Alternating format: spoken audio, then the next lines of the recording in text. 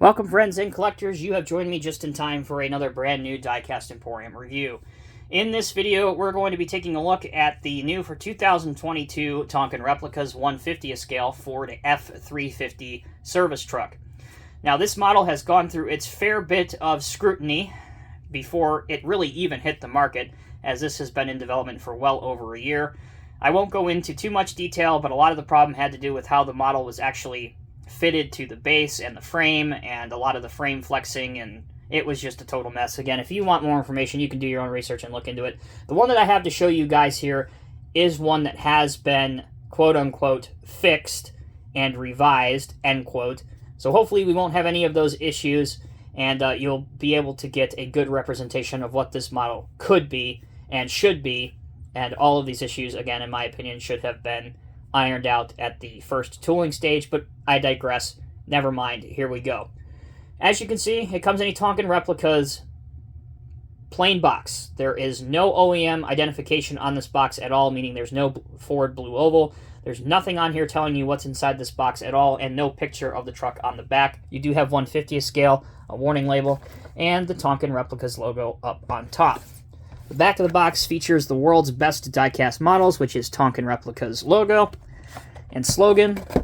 I should say it's their slogan, their tagline, not necessarily their logo. This is their logo. Obviously, Tonkin Replicas again, and where they're located, which they're headquartered out of North Bend, Washington State. Okay, let's get this thing unboxed. I will tell you that what you don't see here is it was delivered to me in a blank brown outer shipping box, and the only thing that was on that box was a small R written in black Sharpie marker, which to me, I'm no genius, but that denoted that this was the red version of this truck. I tell you that to tell you this.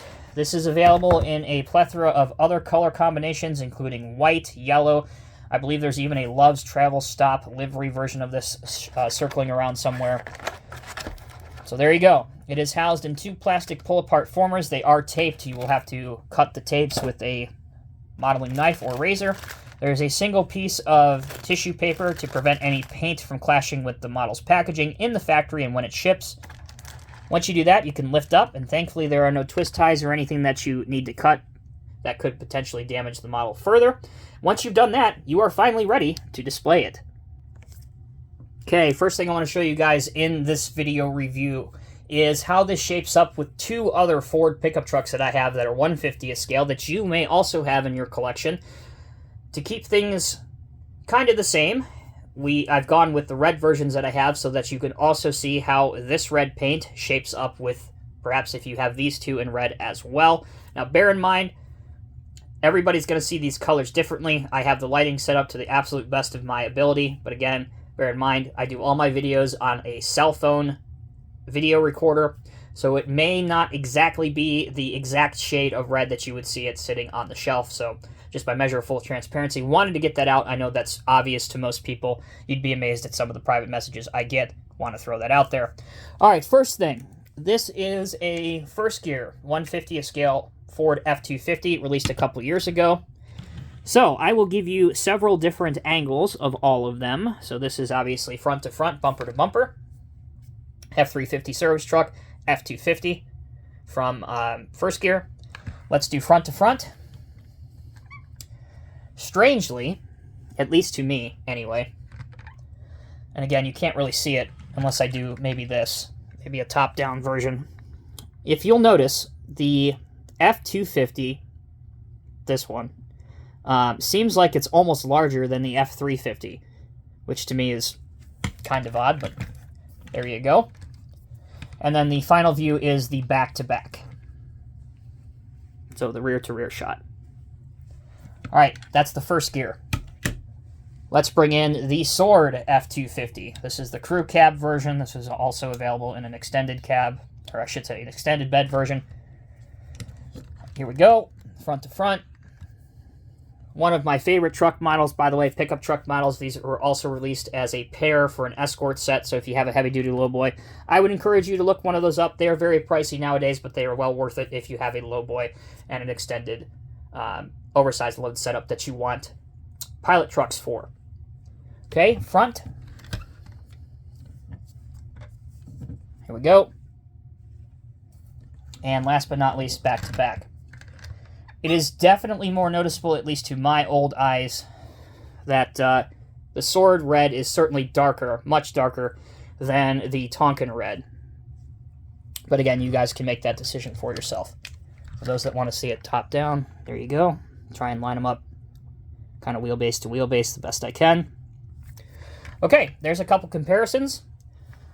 When we come back from this short break, we will start with the features, the details, the functionality. Then I'll show you a pose with a piece of equipment that you can put this next to make a tabletop diorama, and we'll end the video with my overall thoughts, so don't go anywhere. Okay, beginning with the details and features. Overall, plainly said, this is a very simplistic tooling that they really could have done a lot more with, and at least to me, again, my personal opinion, it is a bit disappointing, especially for the cost of this truck, that there is very little to no functionality. We will start off again with the features, as I said, and details. You can see that there is paint highlighting on the tool cabinets here, obviously for all your tools and parts and such. You do have a compressor in the back that is a plastic component. There are a couple things, obviously, that are painted to give it some detail. Here is arguably the most disappointing part of the model, and that is your liftgate at the back. This is just for aesthetic looks. It is not detailed, nor, more importantly, is it functional. So it just kind of sits there. Also, there is a tow hitch here, which is closed off or covered, if you will. And again, it's a pity that there wasn't at least some sort of working tow hitch that you could have used your trailers with. There you go. There's a good look at it there against the white background. Continuing forward, you can see the chrome wheels wrapped in some black rubber. Here's your doors. Again, they don't open. On the front, this is a small detail that I do like, and if you look very closely here, I will point them out with my pointer. These are clear flashers. So on the real truck, obviously these would flash if the truck is on the side of the road or obviously in a job site working on something. And a skilled collector, a high-end skilled collector with a lot of experience, much more so than I would ever have, could possibly put some very small LEDs inside these and make them flash and make a pretty darn looking good model out of it. But you also have a good looking blue oval logo with Ford written inside. Underneath, there is your detail underneath, including a spare tire, your exhaust, what passes to be, I guess, an engine and some sort of a transmission. Here's the top-down look with your clear light bar, as well as some other small lights as well.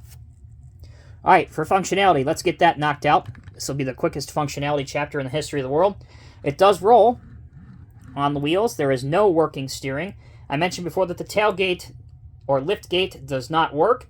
The doors also don't open, but here is something that does open.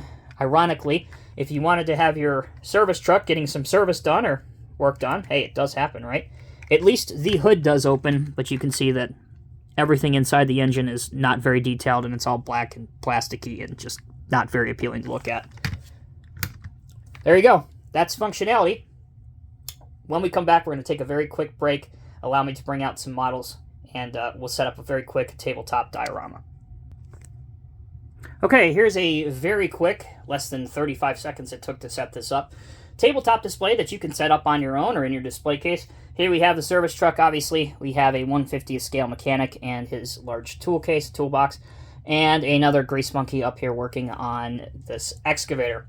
Now, as you can see, overall, my conclusion, this model is really not worth the $50 asking price. Again, that's my opinion. It is kind of nice to have a new Ford truck in 1/50th scale, but there's so much more that could have been done to this tooling, even to keep it at a relatively affordable price. Honestly, I would have felt okay paying slightly more to having a working lift gate, maybe having opening doors, definitely having working steering, which this truck obviously doesn't have. It just seems like these were rushed, and it just doesn't have a lot to make it super appealing and honestly worth the money. That's my opinion alone. Like to hear what you guys like to think. As always, thank you so much for watching Diecast Emporium. Until next time, take care, be well. I will see you in the next review.